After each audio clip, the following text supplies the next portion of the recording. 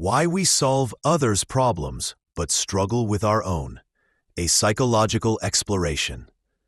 Have you ever noticed how easy it is to give advice to a friend? When they spill their heart out over coffee, lamenting a toxic relationship, a dead-end job, or a spiraling habit, you transform into a sage. Your words flow effortlessly. You should set boundaries, or just quit. You're worth more than this. You see their situation with crystal clear objectivity, slicing through the mess like a hot knife through butter. But then, when it's your turn, when you're the one drowning in doubt, tangled in your own dilemmas, suddenly, that clarity vanishes. You're stuck, overthinking, paralyzed. Why is it that we can unravel the chaos of others' lives but stumble helplessly in our own? Let's dive deep into the psychology behind this paradox, peeling back the layers of the human mind to understand why we're wired this way and what we can do about it. The comfort of distance. Why objectivity thrives in others' stories. Picture this. Your best friend is venting about her boyfriend who's been ghosting her for days. You lean in, nodding, and then deliver a mic drop moment. He's not worth your time. Dump him. It's so obvious to you. His behavior screams red flags. You're not emotionally invested in him. So you see the situation for what it is, a straightforward case of disrespect. Psychologically, this is the beauty of emotional distance. When we're removed from the stakes, our brain operates in a different mode. One that's calm, rational, and unclouded by the messy soup of feelings. This phenomenon ties into what psychologists call the third-person perspective. Studies, like those from the field of cognitive behavioral therapy, show that when we analyze someone else's problems, we engage our prefrontal cortex, the logical, decision-making part of the brain, without the interference of the amygdala, the emotional alarm bell. We're not scared, hurt, or hopeful about their outcome, so we can think straight. It's like being a detective solving a case that doesn't involve your own family. The clues line up neatly, and the solution feels obvious. But flip the script. When it's your boyfriend ghosting you, that same logic evaporates. Your amygdala lights up like a Christmas tree. Fear whispers, "What if I'm overreacting?" Hope chimes in, "Maybe he's just busy." Suddenly, you're no longer the detective, you're the suspect, the victim, and the jury all at once. Emotional proximity muddies the waters, and your brain struggles to separate fact from feeling. This is the first piece of the puzzle. We solve others their troubles. Problems better because we're not drowning in their emotional quicksand. The spotlight effect. Why our problems feel bigger. Now let's zoom into another layer, the way we perceive our own struggles. Ever notice how your problems feel like they're under a magnifying glass? A missed deadline at work becomes a career death sentence. A fight with a friend spirals into a referendum on your entire social life. This is the spotlight effect at play, a cognitive bias where we overestimate how much our issues matter, both to ourselves and, we imagine, to others. Psychologist Thomas Gilovich's research on the spotlight effect reveals something fascinating. We're wired to inflate our own dramas.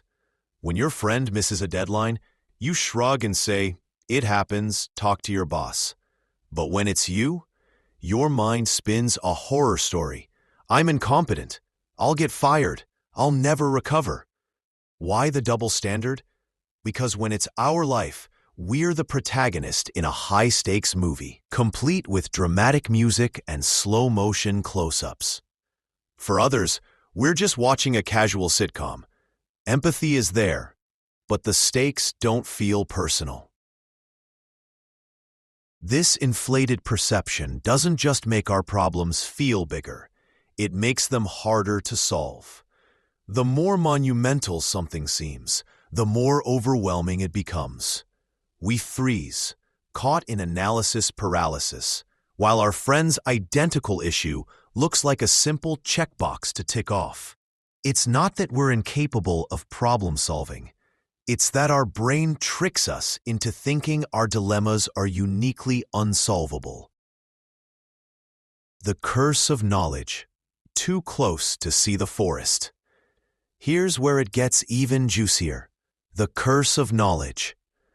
When we're deep in our own mess, we know every detail, every tear shed, every late-night overthinking session, every what if. This intimacy is a double-edged sword. On one hand, it gives us context. On the other, it blinds us. We're so buried in the trees that we can't see the forest. Take a classic example: money troubles. Your roommate confesses they're drowning in credit card debt. You, armed with a bird's-eye view, suggest a plan. Cut subscriptions, negotiate rates, start a budget. It's logical, actionable, done. But when you're the one overspending, you're paralyzed. You know why you bought that $80 sweater, stress shopping after a bad day, why you keep Netflix, you need something to unwind, why you avoid budgeting, it's too depressing. All that insider knowledge builds a wall of excuses, blocking the simple solutions you'd so easily hand to someone else. Psychologically, this ties to self-justification theory. We rationalize our choices to protect our ego, convincing ourselves that our situation is different or too complex for easy fixes. With others, we don't have that baggage. We see the problem stripped bare, unencumbered by their inner monologue. It's why we're brilliant therapists for our friends, but terrible patients for ourselves. The empathy trap: caring too much about ourselves. Ironically, our capacity for empathy, usually a superpower, backfires when it's turned inward. When we advise others, we balance empathy with detachment. We care enough to listen, but not so much that we lose perspective. With ourselves, that balance collapses. We care too much. Every decision feels like a referendum on our worth. Every mistake a personal failing. This hyper-empathy for our own plight floods us with self-doubt and fear of failure, making action feel impossible. Consider a breakup. You tell your sobbing sibling, "You'll heal. Focus on you now. You mean it. They'll be fine." But when you get dumped, it's a different story.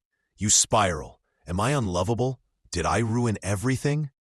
The same advice you gave feels hollow because you're too emotionally entangled to believe it applies. Empathy for others is a gift. Empathy for ourselves can be a trap. Breaking the cycle. How to solve our own puzzles. So, are we doomed to be our own worst enemies? Not quite. Psychology offers us tools to bridge this gap. Tricks to borrow the clarity we give others and apply it to ourselves. Here's how. 1. Step outside yourself. Pretend you're advising a friend. Write your problem down as if it's theirs. My friend keeps dating jerks. What should she do? Distance creates clarity. Studies on self-distancing, like those by Ethan Kross, show this technique reduces emotional overwhelm, letting logic take the wheel. 2. Shrink the spotlight. Challenge the magnifying glass. Ask, is this as big as it feels? What's the worst-case scenario, and could I handle it? Often, the answer deflates the drama. Your missed deadline isn't the apocalypse. It's just a Tuesday. 3. Borrow your own wisdom. Reflect on advice you've given others. You're not clueless. You've solved this before, just in a different context. Channel that inner sage. 4. Act. Don't overthink. Overanalysis is the enemy. When you help others, you don't stew. You suggest and move on. Treat yourself the same. Pick one step, do it, adjust later. These aren't quick fixes. They're skills. Like any muscle, they strengthen with practice. The goal isn't to erase emotion. It's to harness the brilliance we already wield for others and turn it inward. The universal truth: we're all in this mess together. Here's the kicker. This struggle isn't unique to you or me. It's human. From the therapist who can't fix their own marriage to the CEO who advises startups but flounders in personal finance, we all wrestle with this paradox. It's not a flaw. It's a feature of our complex, beautiful minds.